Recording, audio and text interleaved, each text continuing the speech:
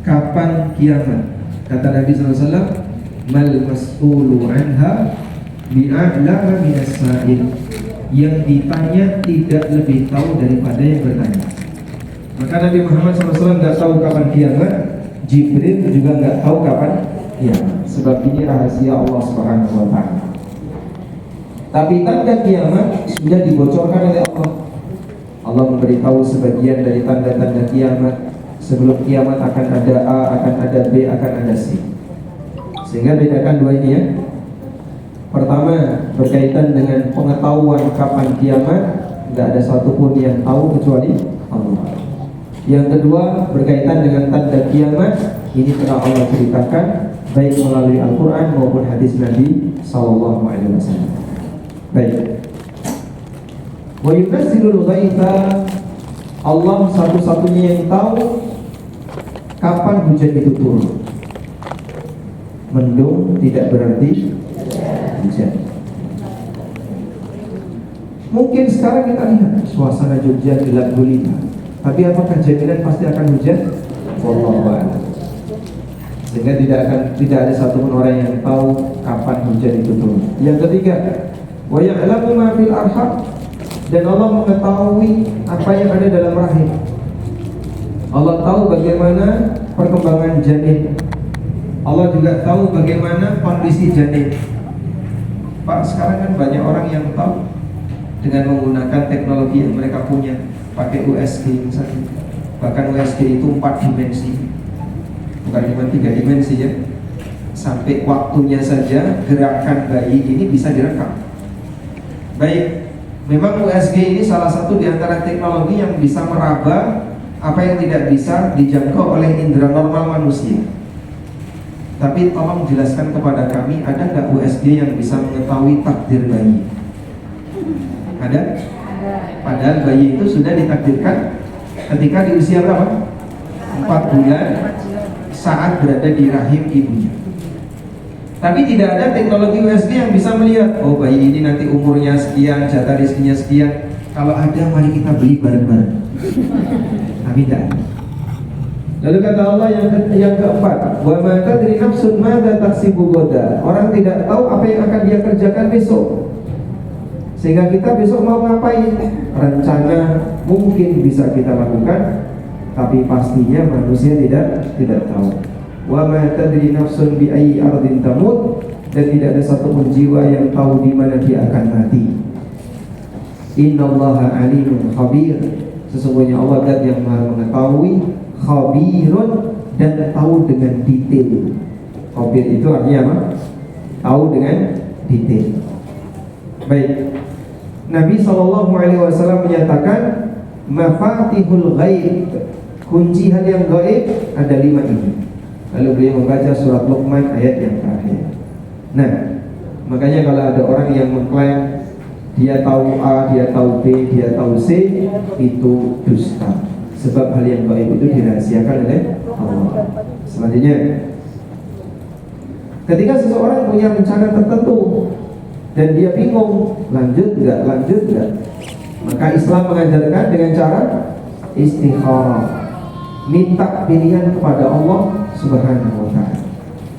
Sebab ilmu Allah ilmu yang sempurna.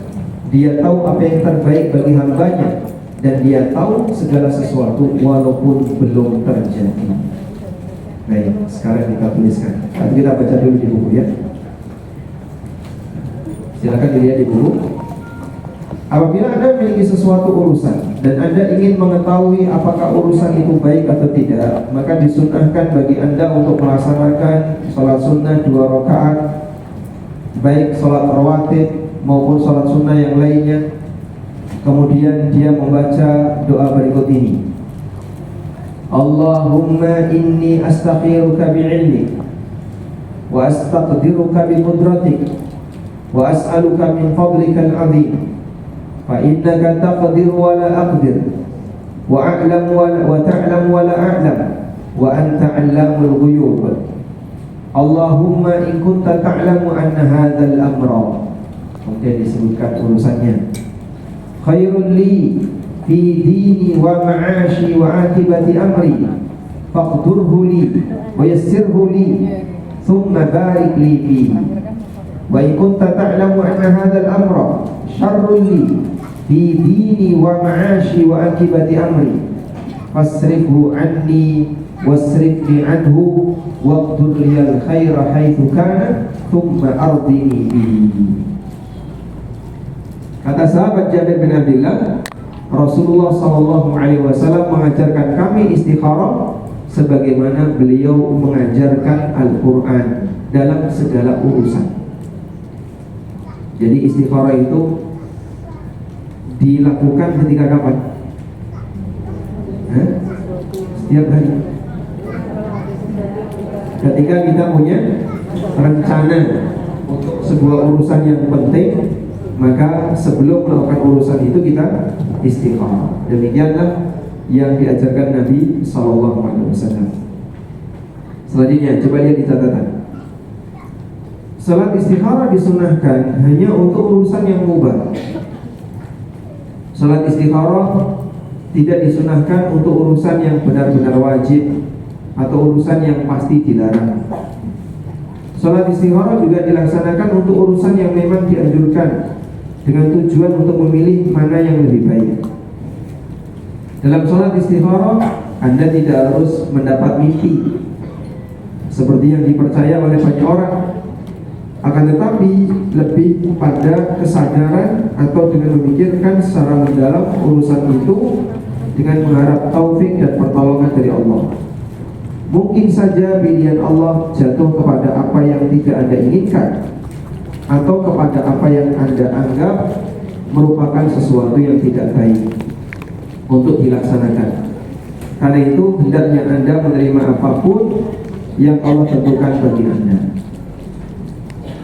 Kemudian Allah Subhanahu wa taala di situ dikutip ayat surat Al-Baqarah ayat 216, wa asa an tuhibbu syai'an wa huwa syarrun lakum wa asa an takrahu syai'an wa huwa khairun lakum. Bisa jadi kamu tidak menyukai sesuatu padahal itu baik bagimu. Sebaliknya bisa jadi kamu menyukai sesuatu padahal itu buruk bagimu. Maka istikharah hakikatnya adalah bagian dari doa, karena itu pelaksanaannya boleh lebih dari sekali. Baik, sekarang kita buat orek-orek ya, biar Anda lebih melekat.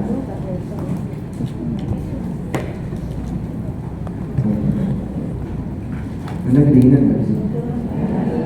Enggak? Dinginan? Nanti nggak boleh lama-lama ya. Sekarang kita lihat di sini. Jadi manusia punya rencana. Gini ya, manusia punya rencana. Apa yang akan dia rencanakan? Dia ingin melakukan sesuatu untuk mewujudkan harapan atau agar terhindar dari mara bahaya. Baik. Namun karena rencana ini berkaitan dengan masa depan, bisa dipastikan nggak kalau ini baik dan buruk untuknya? Belum, manusia nggak tahu. Misalnya Anda punya rencana, saya ingin menyekolahkan anak saya di sini, saya ingin melakukan ini, saya ingin melakukan itu semuanya adalah rencana. Tapi apakah itu baik bagi kita? Wallahu a'lam. Kita nggak tahu. Gitu ya. Baik. Oleh karena itulah dalam Islam kita diajarkan, kalau kamu nggak tahu, maka mintalah bimbingan kepada Allah. Dan minta bimbingan kepada Allah untuk bisa menentukan rencana ini lanjut atau tidak, diatur dalam sholat istikharah. Nah, kita lihat di sini. Di zaman jahiliyah, ketika orang punya rencana tertentu, maka dia minta bimbingan dengan cara istiqsam bil azlam, undi nasib. Istiqsam bil azlam. Gimana caranya undi nasib di zaman jahiliyah? Mereka punya satu wadah, ya. Lalu dalam wadah ini berisi 3 stick. Tahu stick? Stick es krim, ya. Ya, anggaplah seperti lempengan kayu yang dia bisa ditulisi. Nah, 3 lempengan kayu ini yang bisa ditulisi. Lempengan pertama bertuliskan Allah ridho. Lempeng kedua bertuliskan Allah tidak ridho. Lempeng ketiga bertuliskan 0. Terus dimasukkan ke dalam kotak tadi. Lalu orang ini tawaf ke Ka'bah sampai 7 kali. Selesai tawaf dikocok. Ketika keluar 0, diulangi lagi, dimasukkan lagi, tawaf lagi. Sampai keluar Allah ridho atau Allah tidak ridho. Nah, seperti ini namanya istiqsam bil azlah. Ngundi nasib. Itu cara orang masa jahiliyah. Mereka menggunakan undi nasib. Paham ya? Mungkin Anda sudah pernah dengar cerita ini. Nah, itulah istikharahnya orang jahiliyah. Orang Jawa juga punya istikharah. Caranya gimana? Ngitung kancing. Jadi, kancing yang paling pucuk yang diambil. Jadi tidak. Betul, kayak gitu. Nah, itu model istikharah zaman jahiliyah. Ada juga yang istikharahnya pakai dadu. Nanti kalau angkanya genep jadi, kalau angkanya ganjil nggak jadi. Glundung, jadunya berdiri. Ini genep kok ganjil nggak jelas, disebut. Angkanya genep jadi. Ini semuanya cara istikharah zaman jahiliyah. Walaupun di zaman sekarang kan masih banyak orang yang seperti itu ya. Sehingga kadang misalnya, ya berangkat atau tidak, karena ini mendung, maju mundur nggak jelas. Ya sudah, ini saja. Dia pakai koin. Kalau nanti yang di atas gambar guru jadi berangkat. Kalau yang di atas angka nggak jadi berangkat. Nah, jadi koin kan yang satu lapis apa? Gambar binatang, yang satu lapis angka. Terus dilempar, angka nggak jadi berangkat. Itu semuanya istikharah zaman jahiliyah. Tinggalkan semua istikharah. Apalagi mohon maaf kalau Anda misalnya menerima lamaran calon mantu, terus ditulis namanya, ya, dimasukkan ke dalam kotak, dikocok. Begitu keluar, metu jenenge iki, berarti cocok ditompol. Boleh nggak kayak gitu? Itu istikharah zaman jahiliyah. Yang mereka nggak punya panduan untuk istikharah yang benar, akhirnya mereka istikharah dengan cara undi nasib, pakai undian. Nggak boleh yang seperti ini. Jangan menentukan nasib dengan cara istikharah. Dengan cara seperti ini. Yang kedua, istikharah dengan cara Islam. Setelah Islam datang, kita diajarkan istikharah dengan cara doa. Apa isi doanya? Minta bimbingan. Dari siapa? Dari Allah. Maka istikharah itu hakikatnya adalah minta bimbingan dari Allah agar Allah memberikan petunjuk dan taufik mana yang terbaik untuk kita. Benar? Nah, cara minta bimbingan ini diatur dalam kegiatan sholat istikharah. Dalam kegiatan sholat istikharah. Baik. Selanjutnya, lalu bagaimana cara sholat istikharah? Pertama yang perlu dipahami bahwasanya istikharah itu kita sebutkan ya, tahap sebelum sholat. Jadi istikharah itu ada beberapa tahap. Sebelum sholat, ketika sholat, dan pasca sholat. Sekarang kita masuk ke tahap sebelum sholat. Yang pertama, istikharah itu dilakukan untuk semua rencana yang penting. Untuk semua rencana yang penting. Sehingga istikharah itu tidak cuma urusan nikah dan nikah, tapi juga mencakup urusan yang lain. Saya istikharah untuk milih judul skripsi. Dosen kan menawarkan ada beberapa judul skripsi, saya pilih ini, terus istikharah. Alhamdulillah lulus. Nanti ketika ada urusan yang lain kita istikharah lagi. Sehingga istikharah itu untuk semua rencana yang penting. Misalnya Anda mau berangkat safar, Anda mau rencana A, rencana B, silakan lakukan istikharah. Maka istikharah itu tidak hanya untuk urusan pernikahan. Sudah pernah istikharah belum? Sudah, urusan apa? Hah? Milih mantu. Ada lagi selain milih mantu? Memutuskan lamaran. Ada lagi? Selain itu resign dari pekerjaan. Bagus ya. Ada lagi?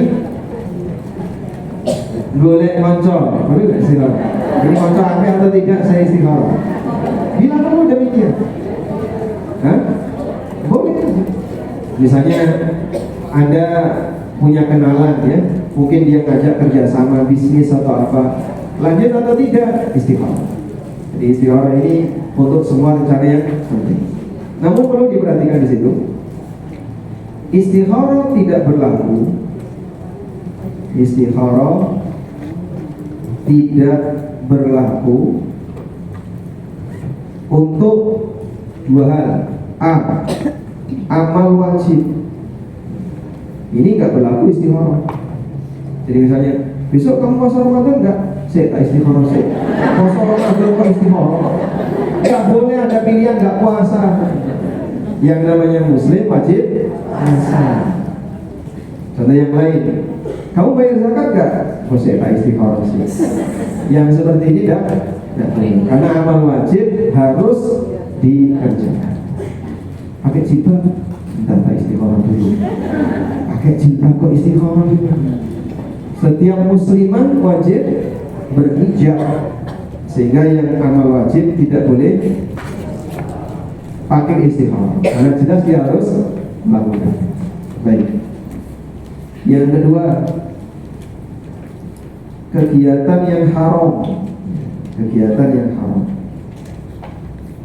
Misalnya diajak temannya untuk minum khamr. Gimana ya, lanjut nggak enak ini kalau saya nolak. Sebentar ya kak, istikharah dulu.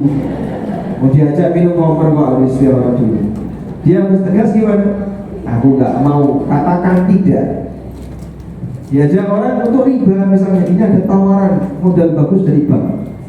Gimana ya, maju mundur saya ini, lanjut nggak? Ini betul riba. Saya tak istikharah saya. Kalau riba jangan.